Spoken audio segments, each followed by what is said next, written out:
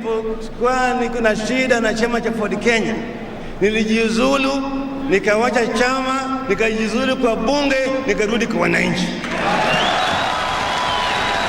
Born in January 1945 in Maseno, Kisumu County, Raila Amolo Odinga was the son of Kenya's Vice President Jaramogi Oginga Odinga and Mary Ajuma Odinga, a teacher remembered for her grace, strength and quiet assertiveness.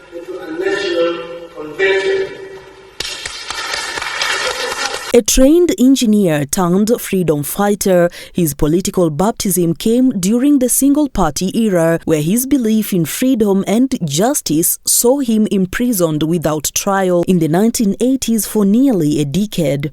Emerging from detention, Raila became a symbol of resilience, a rallying voice for democracy that could neither be silenced nor subdued. NDP, toka rudi kwa wananchi, tafuta mandate.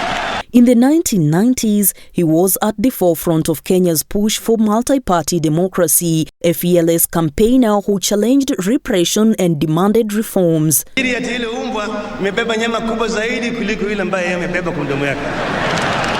charisma and commanding voice made him a natural opposition leader, galvanizing millions who longed for political change. In 2002, Raila cemented his place in history with his famous declaration Kibaki Tosha, a unifying call that ended KANU's 4-decade rule and ushered in a new era of democracy in Kenya.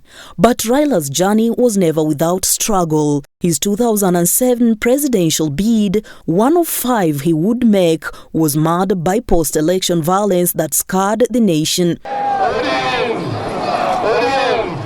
In the years that followed, he served as Kenya's second prime minister in the Grand Coalition government, steering major reforms and laying ground for the 2010 constitution.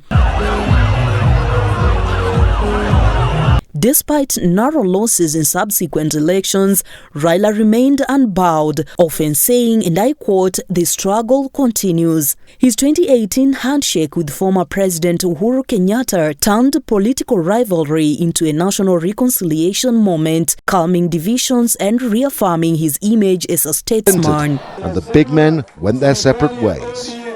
I see what Kenyans are saying all over the place. Kenyans want change, and they see me as representing that change. That's why they are expressing their confidence in me.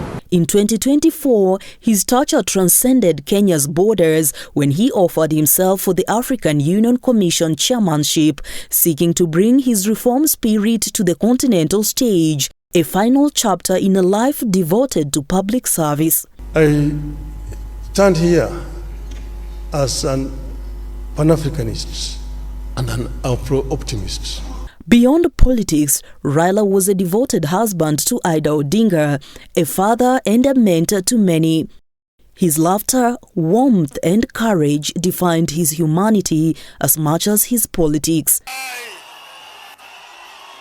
Raila Amolo Odinga,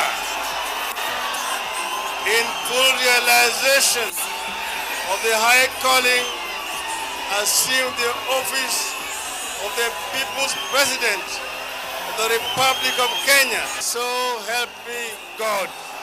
To millions, he was more than a politician. He was hope personified, a movement in himself. Raila Amolo Odinga, the people's president who never held the sword of state, yet commanded a nation's love and loyalty. A patriot, a reformer, a son of Kenya whose dream for justice and unity will echo for generations.